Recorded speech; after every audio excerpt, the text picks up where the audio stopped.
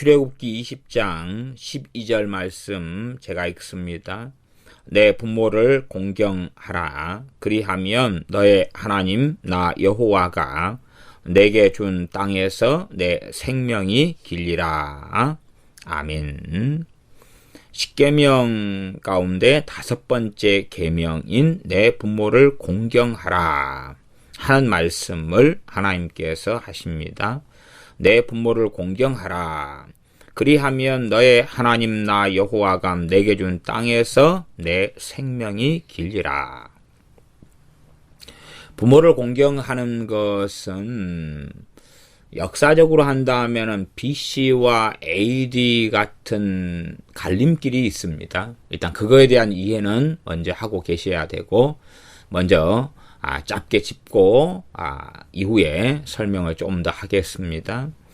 부모를 공경하는 것에 BC와 AD, 주님을 기점으로 해서 나눠지지요. 주님께서 이 땅에 성육신 하실 때를 기점으로 해서요.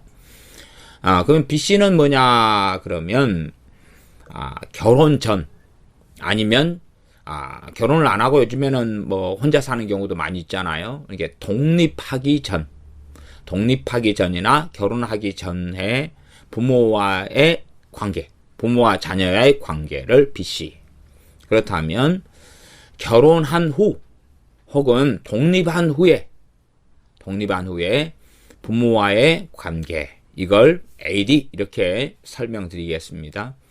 그렇기 때문에 부모를 공경하는 방식이나 내용이나 하는 것들이 독립 혹은 결혼하기 전과 후가 다르다. 성경은 이것을 구별하고 있다는 것을 꼭 기억하셔야 됩니다. 일단은 부모 공경을 일상적으로 우리가 쓰는 말로는 효도라 그럽니다. 효도 혹은 효. 그런데 이제 우리 한국 사람들은 이 십계명 5계명에 대해서 굉장히 많은 오해와 곡해가 있습니다. 그 이유는 뭐냐 하면 우리나라는 예로부터 동방예의지국 등등 해서 효를 굉장히 중요시 여겨왔습니다. 효를 중요시 여기고 효가 뭔지를 공부해오고 배워오고 강조해온 그러한 민족입니다. 그런데 그 효라는 것은 어디에서부터 왔냐 그러면 그 효라는 것에 굉장한 영향을 미친 사람은 공자입니다. 공자. 다른 말로 하면 유교사상이라. 유교사상 가운데의 효입니다. 그래서 유교사상 가운데 효의 핵심은 제사예요. 제사.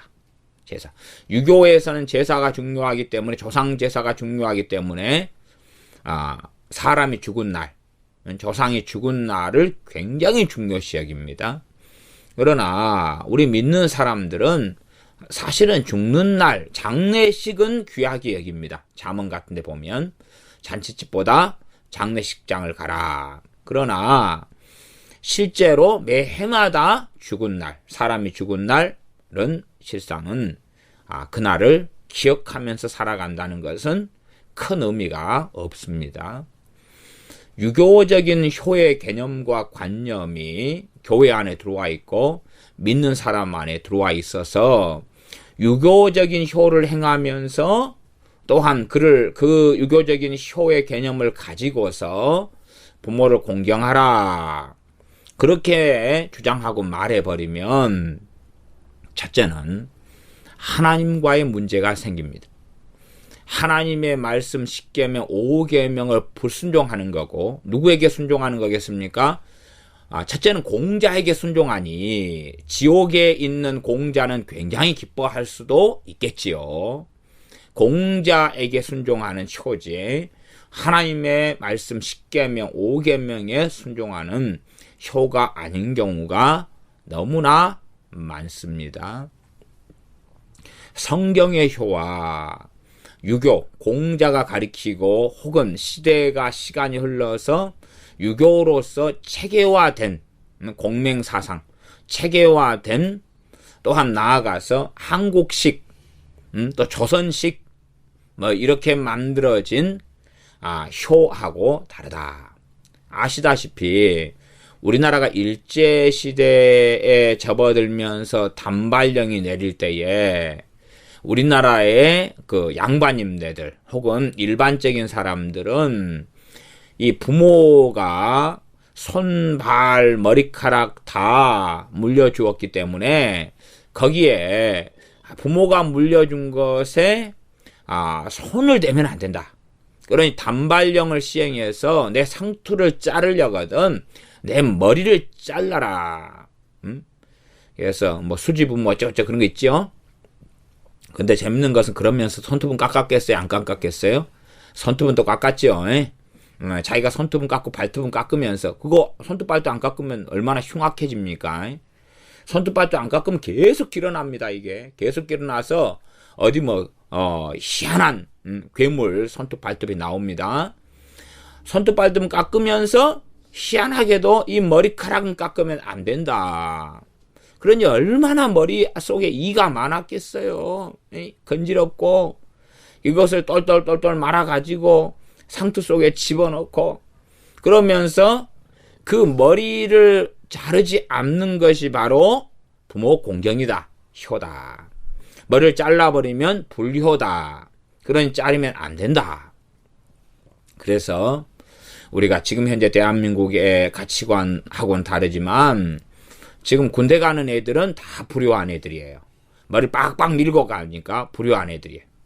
그 다음에 절의 승려들 아주 심각한 불효를 하는 것이고 그리고 이제 그 유교적으로 옛날 유교적 해석이 그랬던 거예요. 그러나 지금은 방향이 바뀌었지만 그 안에 흐름은 그대로 가지고 들어와 있어요. 시대에 따라서 얼굴을 바꾸지만 그러나 흐름이 그대로 들어와 있는 것들이 많이 있습니다. 그런 이제 유교적인 효가 들어와서 십계명 5계명의 성경적인 효하고 섞여버리고 맙니다. 섞이면서 가령 예를 들어서 이제 자기 와이프가 아내가 주님을 믿으니까 남편이 자기에게 교회 좀 함께 나가달라고 그래요.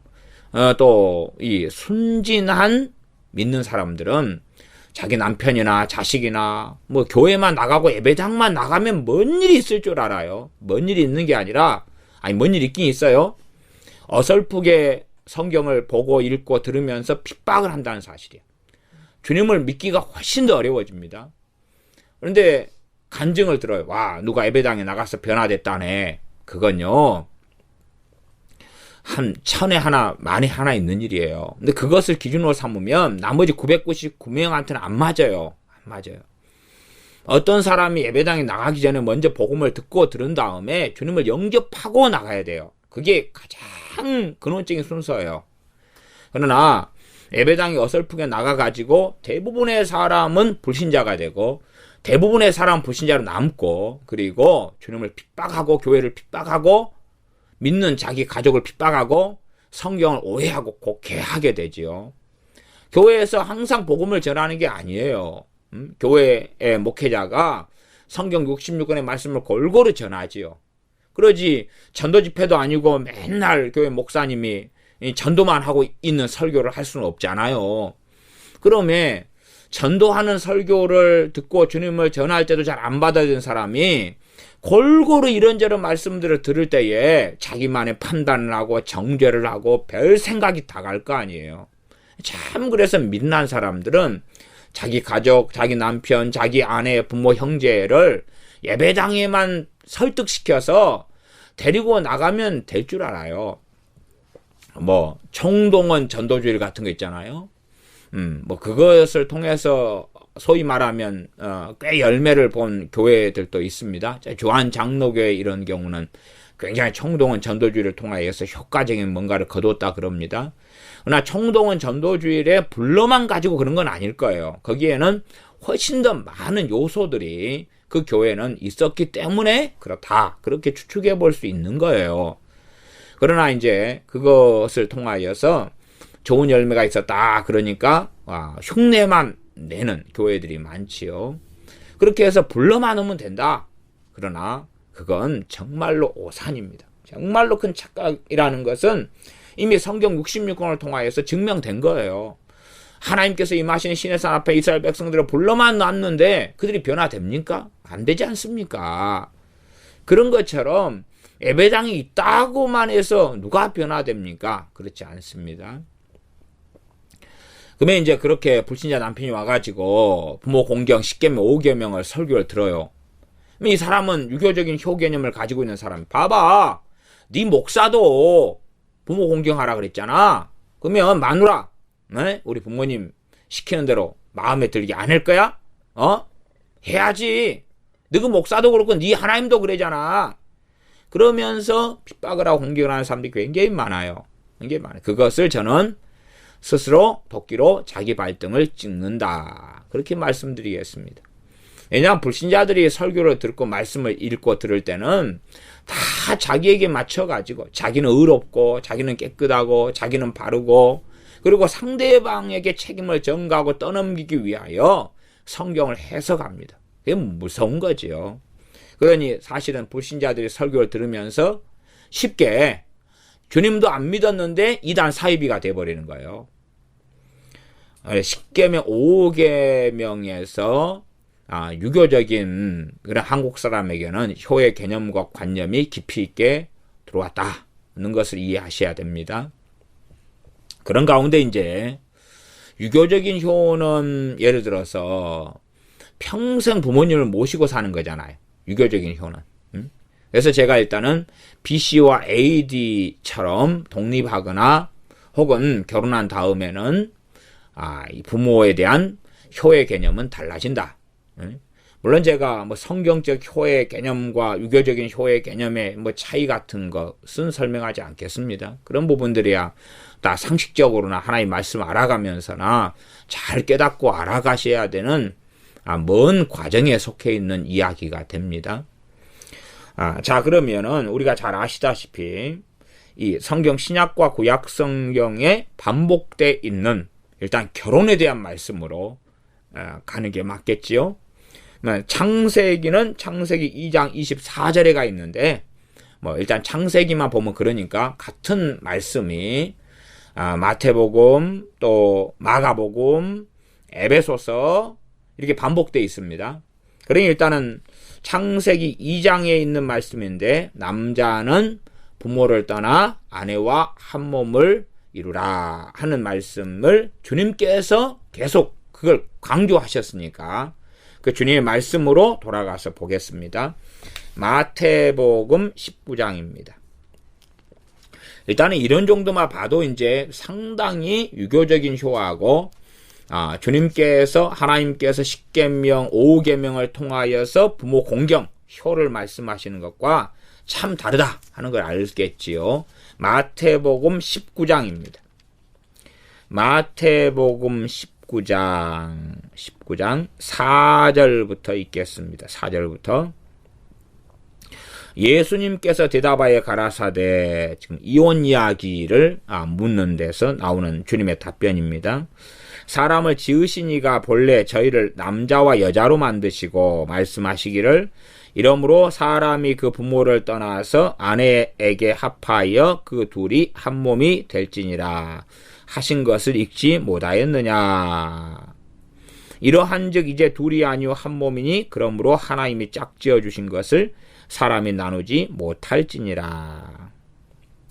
참 이런 마태복음 19장 6절 같은 경우도 정말 난해한 말씀입니다. 하나님이 짝지어 주는 걸 사람이 나누지 못할지니라. 아담과 하와는 누가 짝지어 줬어요? 하나님이요. 하나님이. 또 한 걸음 나아가서 이삭하고 리브가 있지요. 누가 짝지어 줬어요? 하나님께서요. 하나님께서. 또 보아스하고 룻 누가 짝지어 줬죠? 하나님께서요. 그 다음에 이제 요셉과 마리아 같은 경우도 하나님께서 이렇게 이야기할 수가 있을 거예요. 그러나 정말로 이 땅에 많은 결혼들 가운데 하나님께서 짝지어준 결혼은 얼마나 있겠느냐. 다 자기의 정욕대로. 저는 그런 청춘 남녀를 참 많이 보고 만납니다. 기준은 하나님의 말씀의 기준이 아니라 자기 기준으로서 믿지 않는 자와 믿는 자는 멍에를 같이 매지 말라 그랬어요. 그 첫 번째 말씀의 적용과 해석은 결혼관계입니다. 그러면 믿지 않는 자와 같이 멍에를 매지 말라 그랬으면 주님을 믿고 사랑하는 형제 자매는 안 믿는 불신자하고는 사귀거나 결혼하지 말아야 돼요. 그건 당연한 이야기. 그러나 믿는 사람들이 당연히 교회에서는 결혼할 만한 사람을 못 찾겠다. 나아가서 교회에 믿는 사람들은 좀 이상하고 인격적이지 못하고 너무나 안 좋다. 안 믿는데도 참 성격도 좋고 인격도 좋고 사람이 좋다. 이런 가운데서 안 믿는 사람과 사귀고 지내요. 사실은 인간과 인간 간의 관계는 함께 교제하고 사귀다 보면 정들고 또 사랑에 빠지는 건 당연한 것입니다. 그렇게 해서 이제 사랑에 빠져요. 사랑에 빠져요. 대신에 서로 연애할 때는 트러블이 있고 문제가 있는 이야기는 최대한 피해요. 신앙 이야기, 주님 믿는 이야기 빼요. 근데 깊은 이야기를 하자면 정말 주님을 사랑하는 사람들한테는 주님 이야기 빼면 할 이야기가 있겠어요, 없겠어요? 없어요, 유감스럽게. 그러니 안 믿는 사람하고는 맞지를 않아요. 주님 이야기 빼놓으면 할 이야기가 없어요. 그러나 많은 기독교인들은 실제로 예배당 안에서 말고는 주님 이야기를 안 해요. 왜? 주님 이야기는 자기 인생의 굉장히 작은 부분이에요. 직장에서 주님 이야기 할 것도 없고 또 친구들하고 만나면서 개인 모임에서 등등 주님 이야기 할 게 없는 거예요. 왜? 주님 이야기는 그냥 설교 듣는 걸로 충분한 거예요. 주일날 예배 가가지고. 그리고 주님 이야기는 할 게 없어요. 그건 진실되게 자기의 신앙의 자리를 보여주는 거죠. 자기 뱃속에 마음에 있는 게 입 밖에 나오기 때문에 주님이 마음에 있는 사람은 주님 이야기가 끊임없이 나와요. 근다해서 맨날 성경 이야기하고 그런 건 아니지만 어떤 이야기의 배경과 베이스와 바탕으로서 하나님 말씀을 염두에 두는 가운데, 주님을 염두에 두는 가운데 고람되어 하나님 앞에서 말할 수밖에 없는 거예요. 그러나 실상 나는 주님을 사랑한다, 주님을 의지하고 찾는다 그러지만 진실로 그렇지 않은 사람들은 주님 이야기 말고도 연애하고 사귀는데 할 이야기가 너무 많은 거예요. 너무 많아요. 그러니 안 믿는 사람하고도 어울려져요. 어떤 어울림을 이야기하냐 그러면 연애와 결혼관계를 이야기하는 거예요. 안 믿는 사람하고도 얼마든지 재미나고 또 연애하는 가운데 하루 종일 지내도 재밌고 행복하고 달콤하고 지낼 수 있다 그 말이에요. 그리고 이제 막상 결혼할 때 대해서 고민하지요. 이 사람은 사랑하는 사람인데 예수는 안 믿는다. 그런데 결혼해야 되느냐 말아야 되느냐 그까지 가면 사실은 굉장히 어려워지고 맙니다. 그런 사람들을 자주 봐요. 처음부터 하나님 말씀을 참 염두에 두는 가운데 첫 단추를 잘 끼야 됩니다. 남녀간은 다 감정적이고 그러기 때문에 함께 시간을 많이 보내고 또 연애할 때는 이 연애 상황에서는 이해관계가 그렇게 얽혀있지 않아요. 서로 책임지거나 이런 관계가 아니에요. 그러면 얼마든지 깨지고 갈라질 수 있어요. 그래서 상대방을 존중하게 되어져. 그러나 결혼관계로 가면 상대방을 소유하려고 그러고 가지려고 그러고 조종하려고 그래요. 그렇기 때문에 이해관계는 심각해지고 그리고 연애 때는 아무리 막역사한 사람도 막역사가 적게 해요. 10분의 1. 이 정도도 안 해요. 그러나 결혼관계로 들어가면 이제 그 10배, 그 100배의 막역사 나타나요. 그런 연애할 때, 난 3년 연애했는데, 이 사람 이렇게 좋은 사람이야. 결혼하고 나면 다른 사람입니다. 결혼하고 나면 다른 사람이에요. 이해관계가 다르기 때문에 다른 사람, 막역사도 그때부터 충만해지는 것입니다. 심지어 우리 주 예수를 믿는 사람하고 결혼해도 믿는 사람도 그럽니다. 그걸 참 이해를 잘 못하셔요. 결혼을 한두 번밖에 안 해보시니까 그런 것 같아요. 한 20번 정도 해보시면 아실 텐데 경험과 노하우가 쌓이면서 근데 적게 해보시니까 그런 것 같아요. 주님께서는 어쨌든 이건 좀 아이러니입니다. 대부분의 결혼은 자신의 유욕, 자신의 정욕, 자신의 감정 그런 것으로서 창세기에 해당되는 거예요. 하나님의 아들들이 사람의 딸들의 아름다움을 보고서 취한다 그 말이에요. 정말로 하나님의 아들들은 하나님의 택한 자녀들, 또 성령의 역사와 은혜 속에 살아가는 그런 사람들을 이야기해요. 그런 사람들이 불신자들이죠. 불신자들인데 안 믿는 여자들, 그런 여자들 너무 마음에 들어요. 이쁘니까, 좋으니까.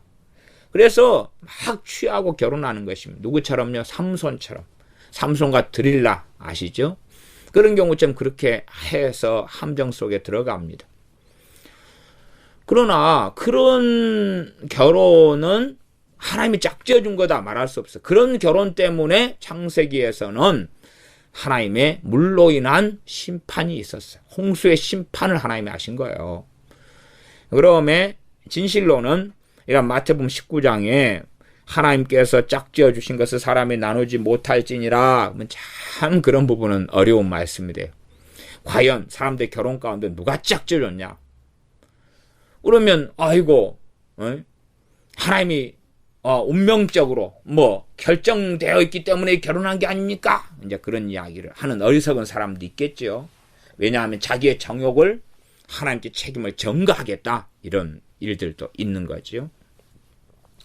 자, 이런 난해한 말씀이 있다 하는 것만 이야기하고, 19장 5절에 이러므로 사람이 그 부모를 떠나서 아내에게 합하여 그 둘이 한 몸이 될지니라.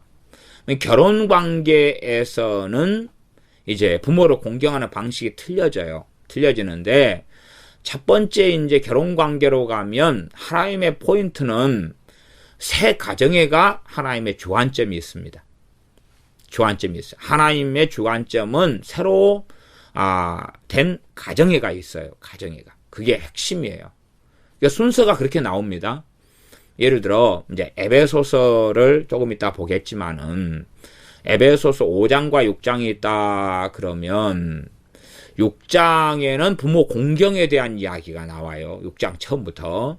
5장은 뭐냐 그러면 부부간에 남편과 아내가 서로 사랑하는 문제, 부부간의 관계를 이야기하는 거예요. 그러니 부모 공경 앞에가 뭐가 있냐? 부부간의 관계가 있어요. 순서를 성경 그렇게 둬요. 물론 십계명상에서는 부모를 공경해라 하는 건 다 포함되지만, 기본적으로는 어떤 방식이 먼저냐 그러면 자녀들이 부모의 품 안에 있을 때, 독립하지 않았을 때, 부모의 품 안에 있을 때를 기준으로 하는 그 원가정의 상황 속에서 말씀하고 있는 거예요. 그것도 이제 에베소 6장으로 가면 또 그러면서 부모는 자녀를 노엽게 하지 말아라. 그래가지고 말씀이 이어집니다. 노엽게 하지 말아라. 그렇게 해서 마태복음 19장 5절에는 사람이 그 부모를 떠나서 아내에게 합하여 그 둘이 한 몸이 될지니라. 이렇게 바르게 되는 것이 부모 입장에서는 기분 나쁠 수가 있어요.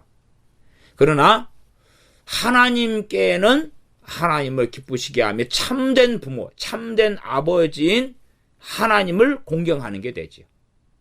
물론 10계명, 5계명은 하나님 공경이 아니라 부모 공경, 육신의 부모를 공경하는 이야기입니다. 그러나 하나님 사랑이 먼저예요.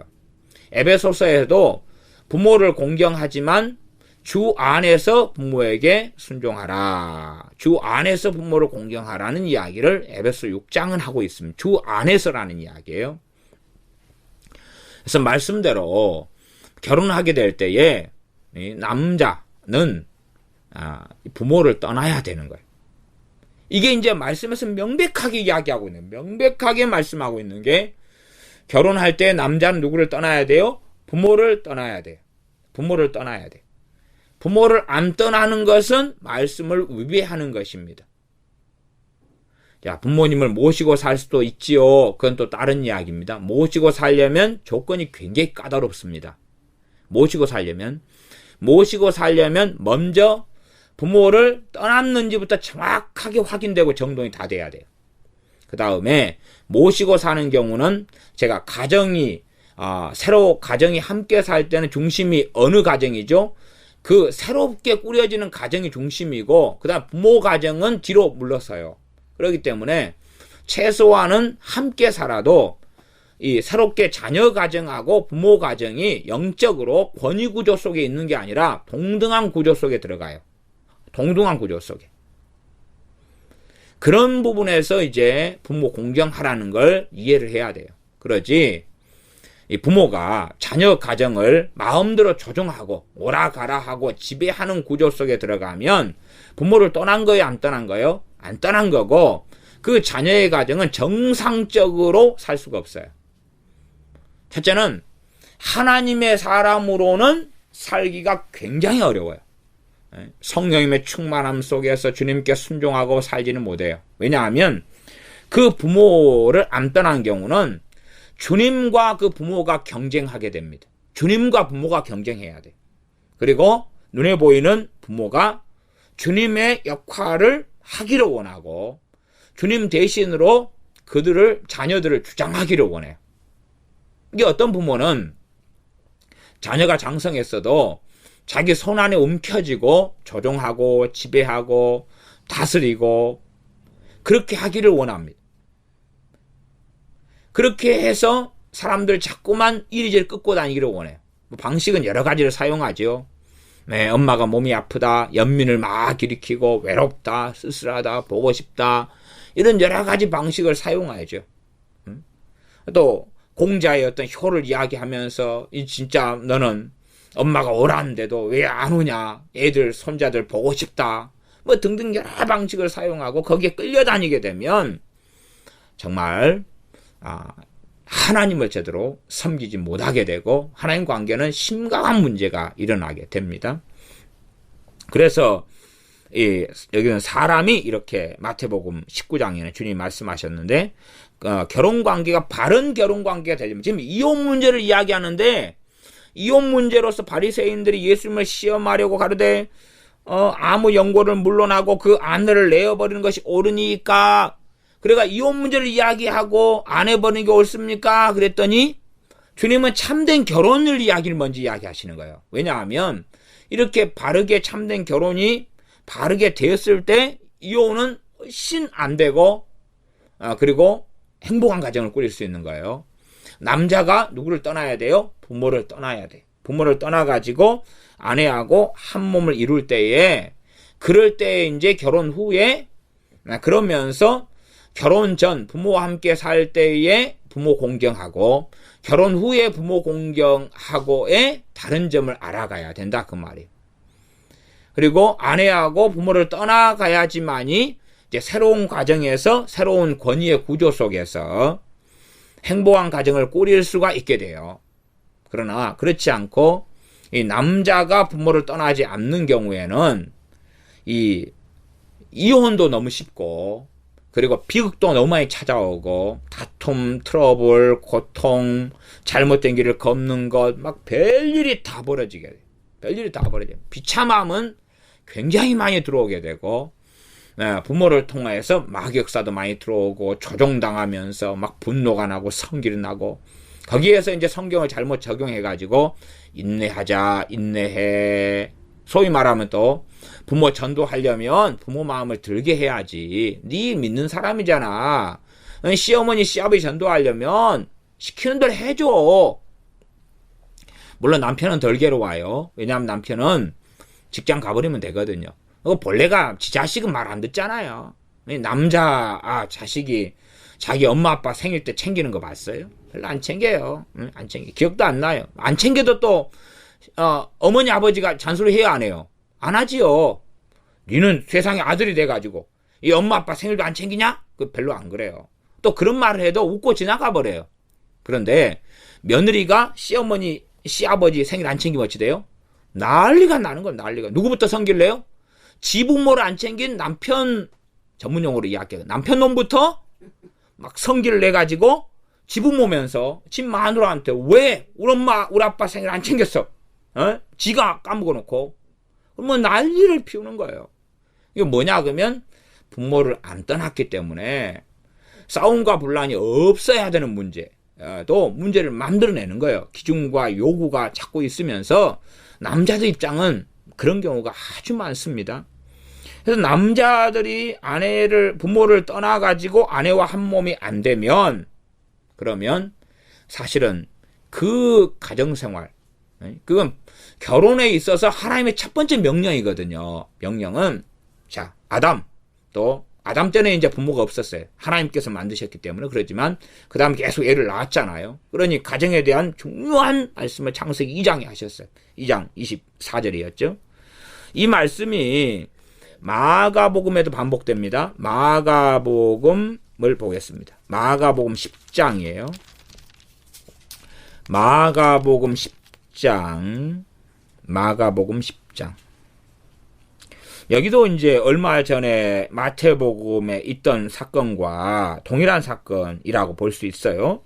그래서 동일한 이야기를 마가복음 10장 2절에 바리새인들이 예수님께 나와서 그를 시험하여 묻되 사람이 아내를 내어 버리는 것이 옳으니까 물을 때에 이제 주님께서 그에 대한 답변을 하시는 이야기입니다.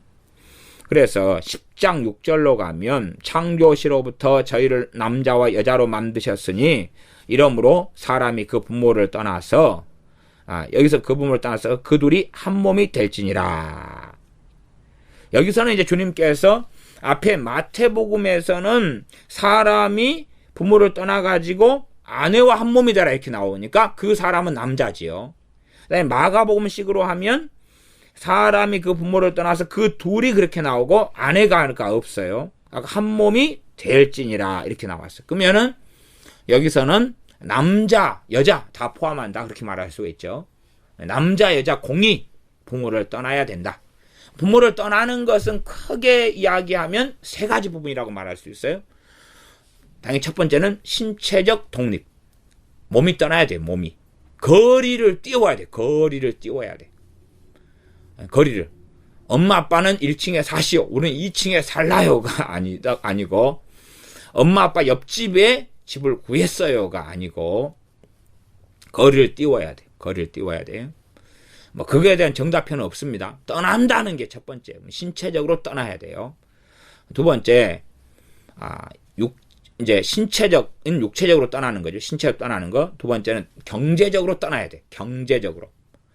그게 쉽게 못 떠나는 것이면 최대한 빨리 떠나도록 딱 기준점을 가지고 정도로 해나가야 돼요.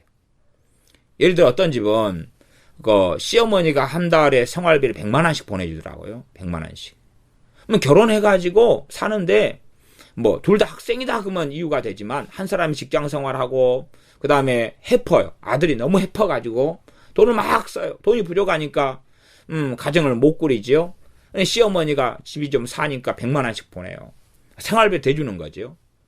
그러면 그런 과정에서 시어머니가 뭐라 이야기야 말 들어야 돼요? 안 들어야 돼요? 안 들으면 100만 원 끊어버리면 어떻게 할 거예요? 손가락 빨고 살 거예요? 남편은 또 자기가 번 돈으로 막 해프게 그저 써버리는데. 그러니 그것을 당장 어떻게 못 하더라도 이제 정돈을 해 가야지만이 하나님 말씀을 순종할 수 있고 가정의 행복을 준비할 수 있고 그리고 부모를 바르게 공경하는 걸 단추를 바르게 꿰야 되거든요. 바르게 꿰는 상태에서 그 삶을 살아봐야지만이 부모를 그 상태에서는 어떻게 공경하는가를 그 다음에 배울 수가 있는 거예요.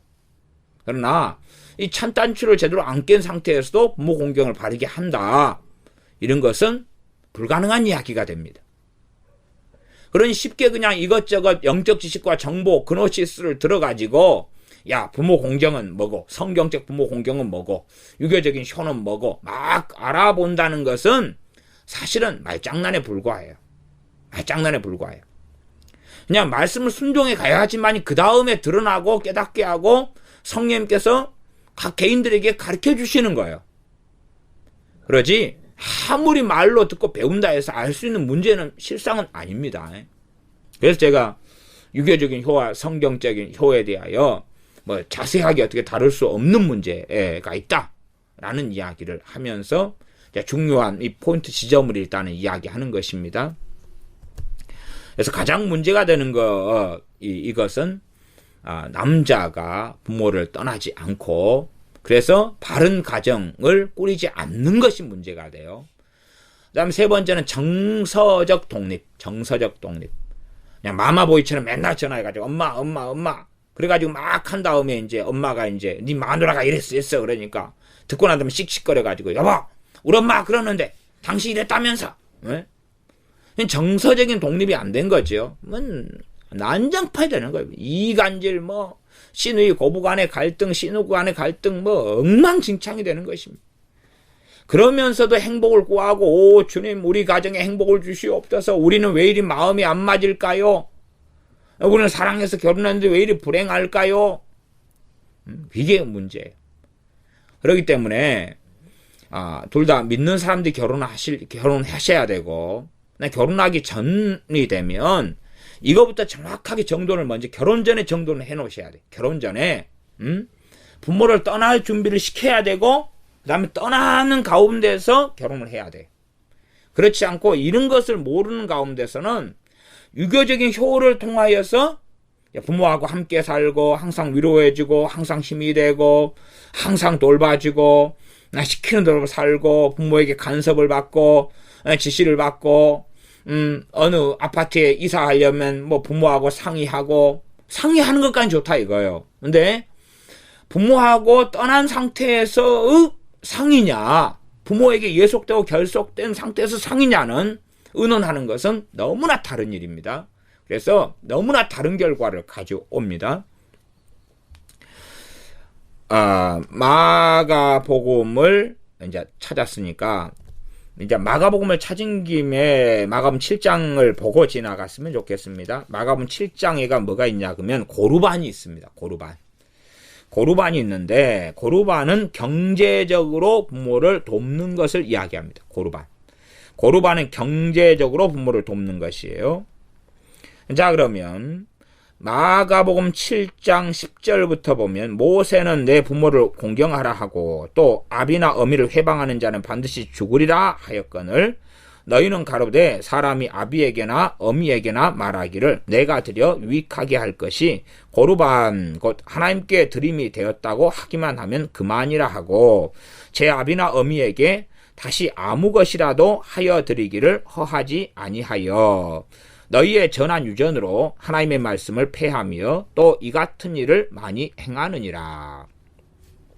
고르반이라는 사람의 계명을 만들어내 가지고 유대인들이 또 바리새인들의 전통이기도 하고 바리새인들이 유대인들을 가르치죠. 그래서 부모에게 고르반 해서 하나님께 바치는 것은 부모에게 안 줘도 된다. 하나님께 드렸으니까. 그런 식으로 해서 아비나 어미에게 다시 아무 것이라도 하여 드리기를 허하지 않는다.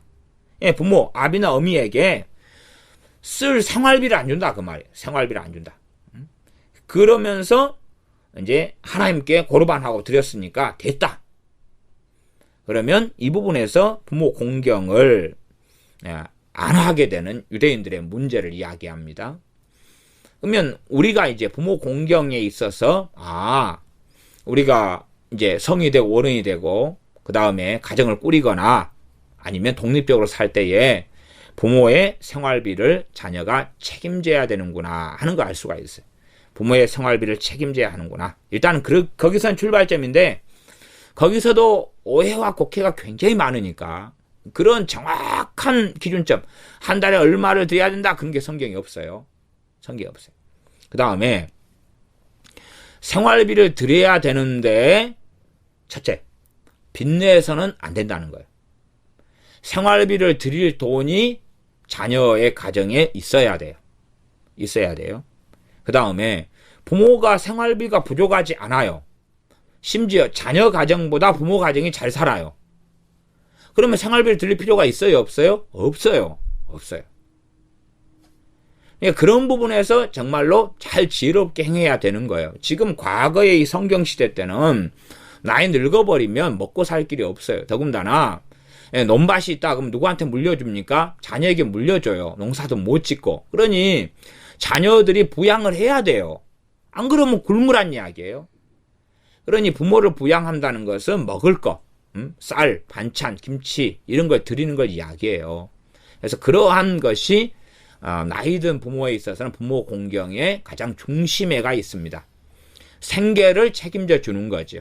그러나 부모가 요즘 우리 한국처럼 뭐 직장생활 계속하고 또 연금도 들어놓고 집도 있고 차도 있고 뭐 그런 경우에는 별로 이렇게 필요 없는 이야기가 되죠. 과거의 농경사회나 노인네 되어서 뭐 어떻게 못하는 그런 경우에 속하는 것입니다.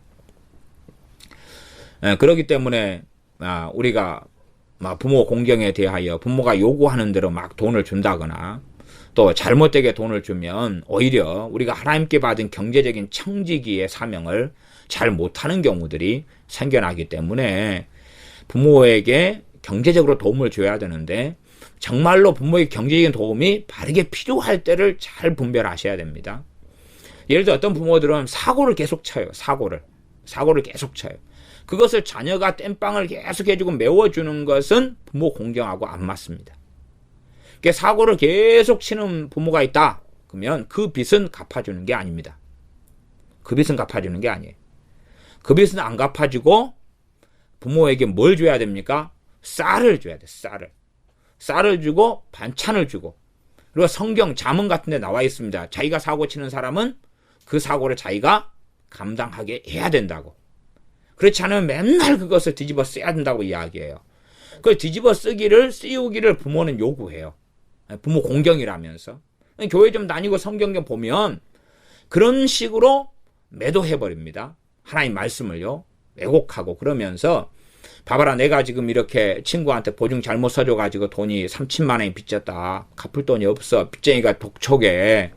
너희들 지금 어디 아파트 전세라도 살고 있잖아. 그럼 전세 좀 빼가지고 이거 좀 갚아줘. 나 못 살겠어. 그런 건 안 됩니다. 그건 안 돼요. 그건 자녀의 가정을 파괴시키는 거예요. 그러면 어떨 때는 가능성은 있냐 그러면 자녀가 여윳돈이 3천만 원이 넘게 있어요. 자, 그럴 경우에라도 사실은 10번이다면 9번은 거의 안 됩니다.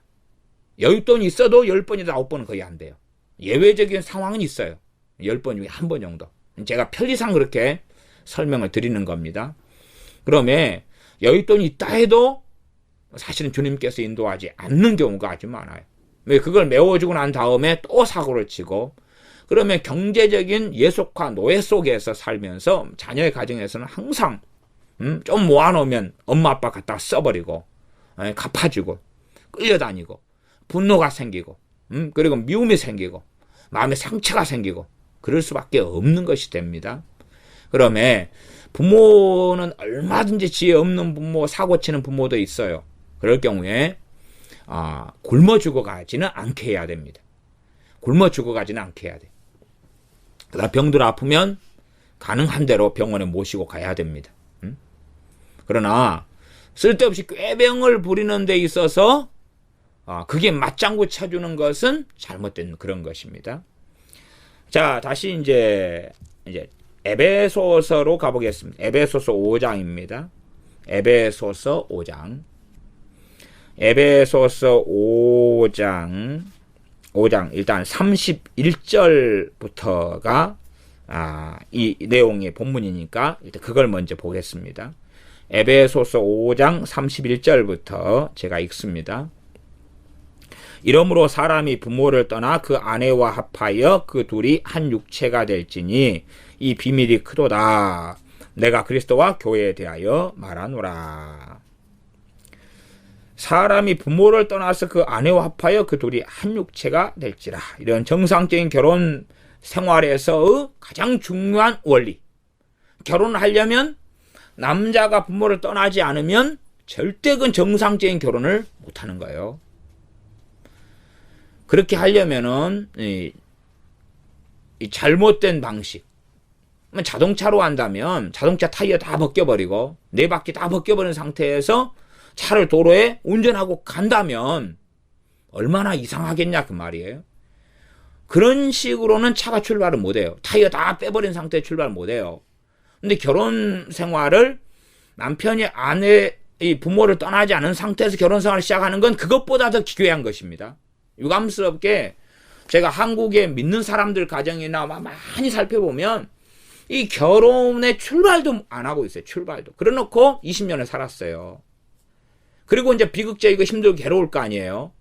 어쨌든 주로 남자 같은 경우는 부모가 이상해도 자기는 덜 괴로워요. 자기 부모니까. 근데 아내 같은 경우는 그 심각성이나 괴로움은 남편이 자기 부모에 대해서 겪는 것보다 5배에서 10배 이상 괴로움을 겪어요. 그러니 자기 아내를 이해를 못해요. 그러면서 조금만 참지 그래. 조금만 참 얼마나 사신다고 그래. 뭐 그런 이야기들.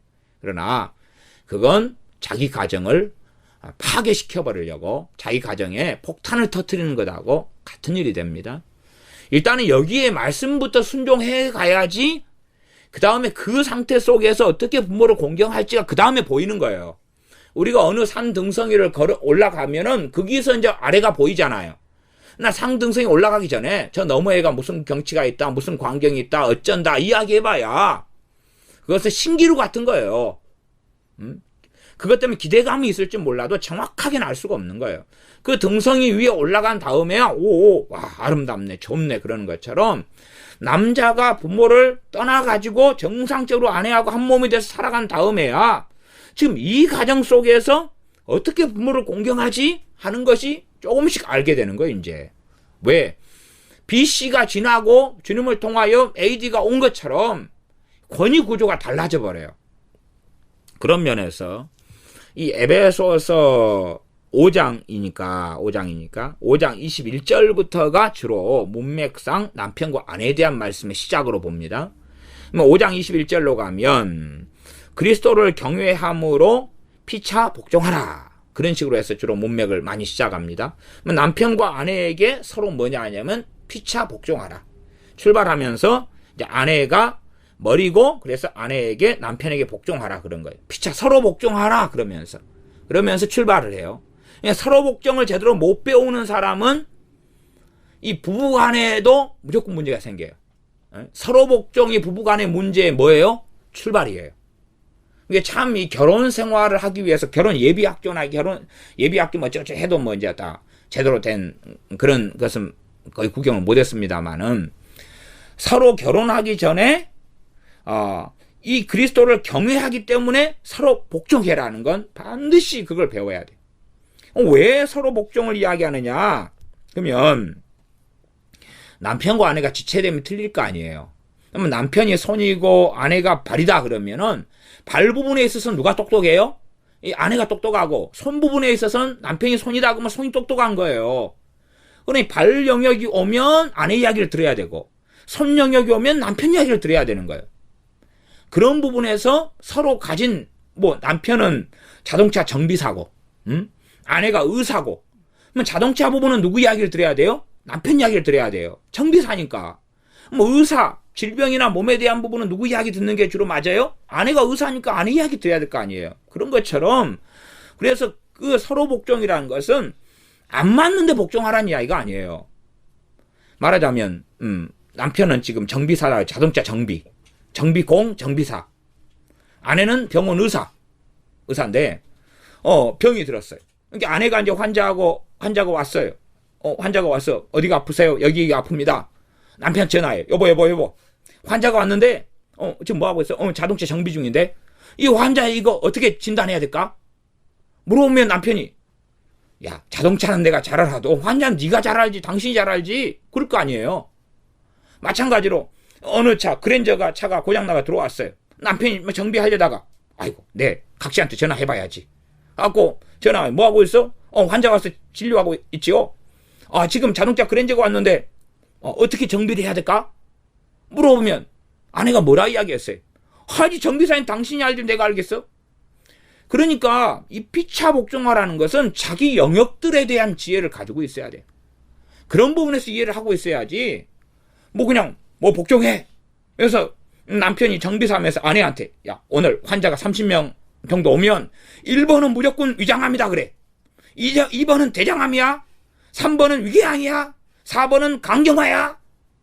5번은 그거 배째 가지고 위를 반절개해. 위암이야 위암. 그러면 아내가 그 복종해야 돼요? 복종하는 게 아니라 그 남편 정신병원에 수감을 딱 시켜야 돼요. 그러니까 이 아내들이여 남편에게 복종하라 그래가지고 마음대로 해가지고 이런 전문용어로 막 개판 5분 전을 만드는 이런 사람들이 있어요. 잘못된 거예요. 그래 출발이 그리스도를 경외함으로 피차 복종하라고 시작하고, 그러면서 남편과 아내에 대한 말씀이 먼저고, 그 다음 6장 1절로 가면 자녀들아 너희 부모를 주 안에서 순종하라 이것이 옳으니라. 그렇게 이제 가는 거예요. 순서가. 남편과 아내가 먼저예요. 먼저. 자녀를 둔 그러한 부모라 할지라도 자기 부모와의 관계가 있을 거 아닙니까? 살아계시다면. 그런 관계가 생기지요. 거기에서 출발이 지금 권위 구조가 아내들이요, 남편들이요, 나올 때에 부모에 대한 이야기를 하지 않아요. 부모에 대한 이야기하고 연결시키지를 않는 걸 알아야 돼요. 근데 자꾸만 효에 얽매이는 사람은 그걸 연결시키려고 그래요. 연결시켜요. 그런 게 이야기하는 게 아니에요. 연결 안 시켜요. 남편하고 아내가 된 사람한테는 부모 이야기를 안 해요, 성경이. 안 해요. 대신에 이제 고르반, 그런 것처럼 부모, 그렇게 고르반 하면 안 되고, 부모의 생계 부분에 있어서 지혜롭게, 우리 부모는 어디 연금도 없어요. 그 다음 돈 나올 데가 없어요. 농사도 이제 못 지어요. 그러면은, 자녀들이 3명이다. 그럼 의논해가지고, 우리가 생활비가 20만원씩, 20만원, 20만원씩 하세. 아니면 또 형제들 우애가 좋으면, 아이고, 재고 큰 마청이, 야, 그래, 내가 재고 월급 많이 받아. 나는 30만원 내가 드릴 거야. 너희는 뭐 15만원, 15만원 내. 그럼 60만원 정도면 될 것 같아. 시골이니까. 아니면, 아이고, 우리 부모님 그래도 한 80만원은 한 달에 필요할 것 같아. 근데 내가 월급 재고 많이 받아. 그러니까 나는 40만원 낼 거야, 내가. 대신 너희도 20만원, 20만원 내면 될 것 같아. 아니면, 아이고, 우리 막내가 재고 못 살고, 우리는 살만 하잖아요. 우리 40만원 합시다. 너는 나중에 형편되면 그때 너가 해. 우리끼리 할 거야. 이런 식으로 형제 우애가 좀 이렇게 해가지고, 이렇게 하는 거예요. 그렇게 하는 것이, 이제, 결혼한 가정들은 부모 공경이에요. 요즘 세대에 와서는 자녀들이, 정말 행복하게만 헤어지지 않고 살아도 효도의 절반 이상을 한 거예요. 요즘 세상에는. 그러지, 부모가 원하는 대로 그냥 맨날 전화에 쫓아와, 뭐 어떤 집은 전화해서, 야, 개밥 떨어져. 빨리 개밥 싸와라. 개밥은 택배회사에 시키면 되지. 공부를 해가지고. 개밥 싸와라. 그러니까 이제 개밥을 사가지고, 120km를 차로 달려가가지고, 개밥 여기 있어요. 놔두고 다시 집에 돌아가니까 다음날 무릎이 아파. 병원에 데려다 줘. 그래가지고, 무릎 아프면 택시를 부르든지 마을버스를 타든지. 그거이 부모 공견이라 생각하는데, 그러면 이제 가정생활을 못 합니다. 아내와의 관계는 엉망이 돼버리고, 직장에서도 제대로 인정 못 받고 삽니다. 그래서 아내하고 남편 이야기하면서 그거하고 부모 이야기를 연결을 안 시킵니다. 그걸 알아야 돼요. 왜? 떠났으니까.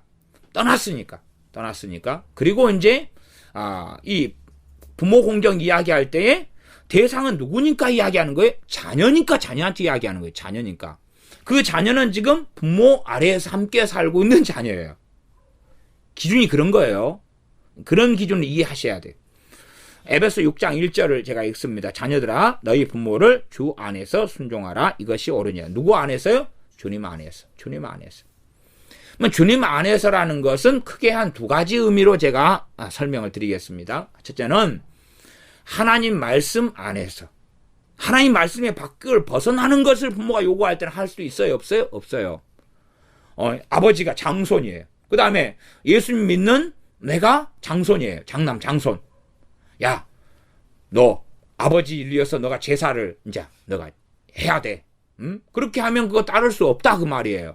주 안에서가 그 말이에요. 주 안에서가 하나님 말씀, 하나님 뜻 안에서지 그 밖에서가 아니에요. 2번째는 구체적인 삶의 자료로 가면 이 말씀 66권이 정확하게 그걸 조명해주지 않는 부분이 굉장히 많습니다. 굉장히 많아요. 그런 부분에서 주 안에는 성령님의 인도하심 안에서를 이야기하는 거예요. 성령님의 인도하심 안에서를 이야기하는 거예요.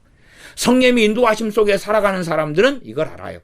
저게 부모님이 내게 좀 요구하는 거고 나는 부모님을 존경하고 사랑하더라도 저건 안 되는 거야. 이것은 사람의 종이 되는 거야. 하는 것을 안다는 사실이에요. 지금은 특이한 말씀을 하나를 보겠습니다. 특이한 말씀인데 주님께서 친히 하신 말씀이에요. 누가복음 정도가 있는데 누가복음 12장 정도 보겠습니다. 누가복음 12장. 그러니까 성경을 주로 다른 말씀들하고 같이 연결시켜가지고 잘 이해를 하셔야 돼요. 하나 뭐 극단적으로 가버리면 그러면 이상하게 나옵니다. 누가복음 12장 49절부터 봐보겠습니다. 누가복음 12장 49절. 제가 오늘 설교는 40분 만에 끝낸다 그랬는데 지금 시간이 넘어선 것 같은데 빨리 마무리를 하렵니다. 누가복음 12장 49절부터 제가 읽습니다. 내가 불을 땅에 던지러 왔노니 이 불이 이미 붙었으면 내가 무엇을 원하리요? 나는 받을 세례가 있으니 그 이루기까지 나의 답답함이 어떠하겠느냐? 내가 세상에 화평을 주러 온 줄로 아느냐? 이게 세상의 개념은 성경에 굉장히 많이 있어요. 나 지금 여기 세상에 그려놓고 그 세상 개념이 뭐냐 그러면 우리 집이에요. 여기서는 이게 세상 그러니까 다 자기 빼고 불신자 이렇게 많은데 성경 그렇게 사용하지 않습니다. 어떨 때 세상은 불신 세상을 이야기해요. 어떨 세상은 모든 세상을 이야기해요. 어떤 세상은 내 가정을 이야기해요. 내가 사는 곳을 이야기해요. 그리고 그리스도인을 이야기하는 세상도 많이 있어요. 그러니 극단적으로 세상은 뭐다?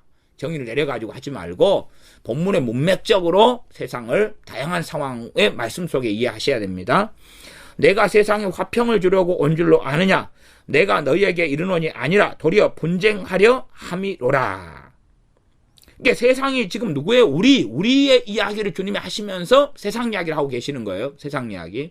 성령에 대하여 성령께서는 세상에게 죄에 대하여 의에 대하여 그리고 심판에 대하여 세상에 알리시고 책망하시겠다 그래요. 그럼 죄에 대하여는 나한테는 안 하네. 세상한테 하니까. 거기에 세상은 우리들이에요. 우리들. 그런 것좀 여기도 그렇습니다. 누가복음 12장 52절로 가면 이후부터 한 집에 5사람이 있어 분쟁하되 셋이 둘과 둘이 셋과 하리니 이렇게 싸운다. 주님이 불을 던지러 왔으니까, 검을 주러 왔으니까, 화평을 주러 온 것이 아니니까. 화평은 어떻게 주러 오셨냐 그러면 그 죄인인 그 사람과 하나님 사이의 화평을 주러 왔어요. 그러나 진리를 따르는 사람과 하나님을 따르지 않는 진리를 따르지 않는 사람과에는 어떻게 고린도후서에 말씀하신 대로 하나님의 성전과 우상이 어찌 일치가 되고 또한 하나님의 자녀와 어떻게 성령님과 마귀 벨리알이 어떻게 하나가 되고 그렇게 될 수 없다는 이야기예요. 참으로 하나님의 자녀하고 마귀의 자녀가 일치가 되고 하나가 될 수 없다고 이야기해요. 그런 것처럼 필연인 거예요. 필연인 것. 누가 한 집에 믿는 사람이 1명, 2명 있으면 나머지하고는 안 맞고 싸울 수밖에 없어요. 주일날 2명은 예배 들어가야 되겠고 3명은 그날 가족 모임 가자 그러고 필연적으로 싸울 수밖에 없는 거예요. 그것보다 더한 일이 벌어진다는 사실이에요. 다음에 53절이 이제 뚜렷하고 정확하게 볼 수 있는 내용입니다. 53절. 아비가 아들과 아들이 아비와 그다음에 어미가 딸과 딸이 어미와 시어미가 며느리와 며느리가 시어미와 분쟁하래. 다 싸우네요. 골고루 다 싸워요. 아비하고 아들하고 그다음에 아들하고 아비하고 아비하고 아들이 싸우니까 주체는 이제 그만 아비가 될 수도 있겠죠. 그다음에 아들이 아비하고 그러면 아들이 믿고 아버지가 안 믿으면 아버지가 시비를 걸 거고 그다음에 아버지는 믿는데 아들이 안 믿으면 아들이 시비를 걸 거고 그 다음에 어미하고 딸, 엄마하고 딸인데 딸이 믿고 엄마가 안 믿으면 엄마가 공격할 거고 자기 마음대로 이렇게 가자 긁고 이용할 거고 그럴 거 아닙니까? 하나님의 자녀는 하나님이 그를 인도하시기를 원하지요. 그러나 사람들은 그 사람에게 사랑이라 명목과 이유 등등을 달아서 나를 행복하게 해, 나를 비유 맞춰줘, 나 애로워, 함께 있어줘, 나를 돌봐줘, 또한 내 친구가 되어줘, 내가 원하는 대로 같이 가주자, 같이 가줘, 노래방에 이번에 가고 싶어, 단란주점에 가고 싶어, 이번에 그 나이트클럽에 가고 싶어, 같이 가줘. 너가 사랑한다면 가족이라면 그렇게 해줘야 되잖아, 친구라면 그렇게 해줘야 되잖아, 뭐 그렇게 할 수 있잖아요. 그렇게 해서 사람의 종이 되는 길을 요구하고 그리고 싸우지 않기 위해서 그 길을 걸어가면 하나님과는 다른 삶을 살게 되고 하나님 관계는 절대 좋을 수가 없습니다. 그러니 그 사람이 어려움이 왔을 때 하나님께 기도해도 유감스럽게 응답되지 않는 일이 대부분이라는 사실입니다. 그래서 아비와 아들과 아들이 아비와 어미가 딸과 딸이 어미와 시어미가 며느리와 며느리가 시어미와 분쟁하리라. 이런 분쟁은 정상이에요. 근데 여기에다가 뭘 집어넣으면 이상해지죠? 부모 공경을 집어넣으면 이상해져요. 부모 공경을 집어넣으면 공경하라 그러니까 이 싸움이 있어야 돼요? 없어야 돼요? 없어야 돼요. 그러나 분쟁하리라 그랬어요. 왜? 분쟁하라고 불을 던져주셨으니까. 분쟁하라고 화평이 아니라 검을 주러 오셨으니까. 분쟁해야 돼요. 뭐에 문제가 생기니까요? 주님을 따르느냐 마귀를 따르느냐, 주님을 따르느냐 세상을 따르느냐, 주님을 사랑하느냐 세상을 사랑하느냐, 진리를 따르느냐 진리를 따르지 않느냐의 문제가 아버지와 아들과 어머니와 딸과 며느리와 시어머니와 시어머니와 며느리 사이에 일어나니까, 그런 문제에서는 분쟁을 해야 되는데 분쟁을 안 하는 것이 주님을 배반하는 것이고, 분쟁을 안 하는 것이 주님을 안 따르는 것이 된다는 사실이에요. 그런 문제하고 부모를 공경하면서 주님 안에서 순종해야 될 문제를 알고 있어야 돼. 이걸 왜 모르느냐? 그 두 개의 차이를 왜 모르느냐? 말씀을 순종하지 않고 지키지 않으니까 모르는 거예요. 말씀을 순종하지 않고 지키지 않으면 그런 고민점도 없어요. 말씀 하나 가지고 이상하게 해석하고 생각하면서 엄마 아빠가 시킨 대로 다 살아가야지 이렇게 생각하는 사람은 전혀 알 수가 없는 이야기가 되죠. 진리의 문제에 있어서 또한 주님이 역사하시고 분쟁을 던져주시는 부분에 있어서는 싸워야 되는데 안 싸우는 게 문제죠. 주님이 쌈 붙이러 왔는데. 그래서 쌈구경 불구경이 좋다 그러잖아요. 주님이 분쟁하고 불을 던져주러 와서 쌈 붙이러 왔는데 하나님과 우리 사이에는 화평케 하러 오셨어요.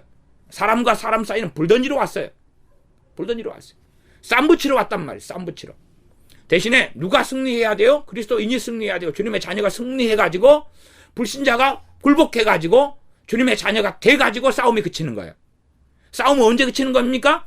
두 사람이 다 주님의 사람이 되고 그리스도의 군사가 돼가지고 그치는 거예요. 그러기 전까지는 계속 쌈박질인 거예요. 계속 쌈박질. 왜?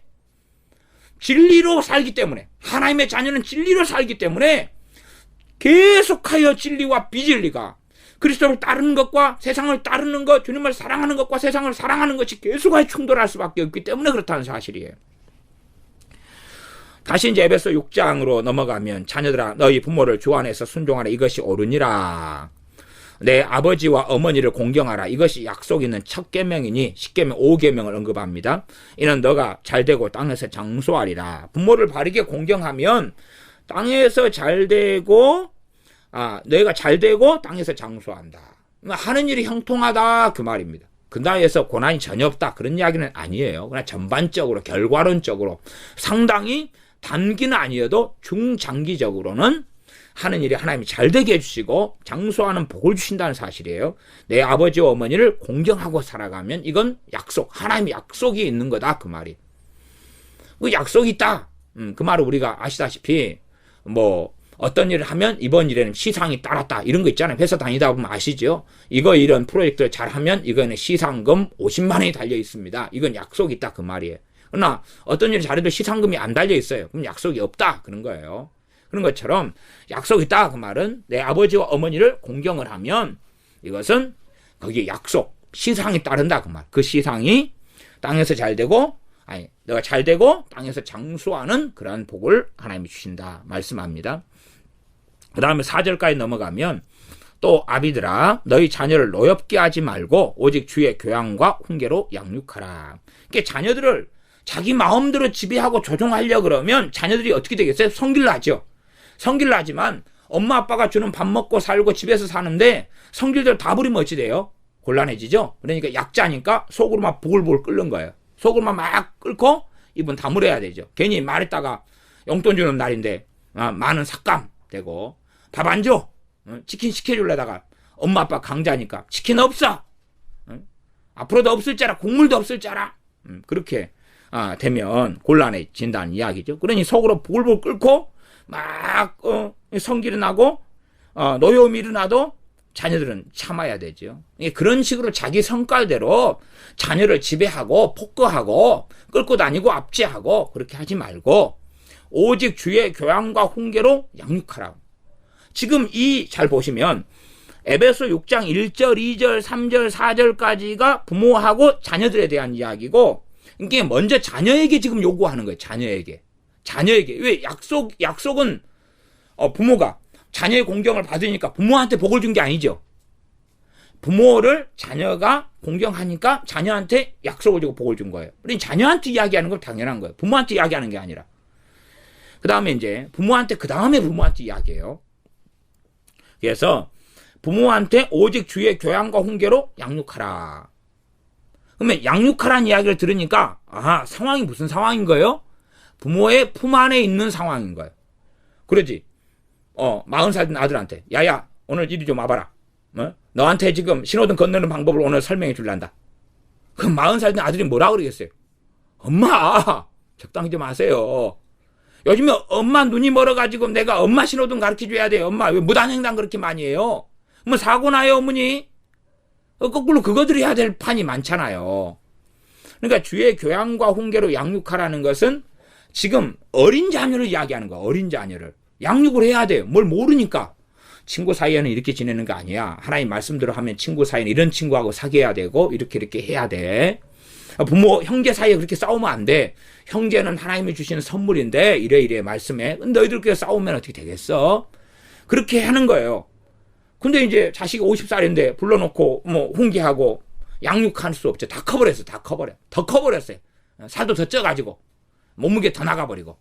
그러니까 품 안에 있을 때 상황을 지금 정확하게 에베소 6장은 1절, 2절, 3절, 4절을 통해 말씀하는 거예요. 결혼한 다음에나 독립한 다음에 자녀가 어른이 된 다음에 문제가 아닌 거예요. 어른이 된 다음에는 지금 상황이 지금 완전히 달라져 버려요.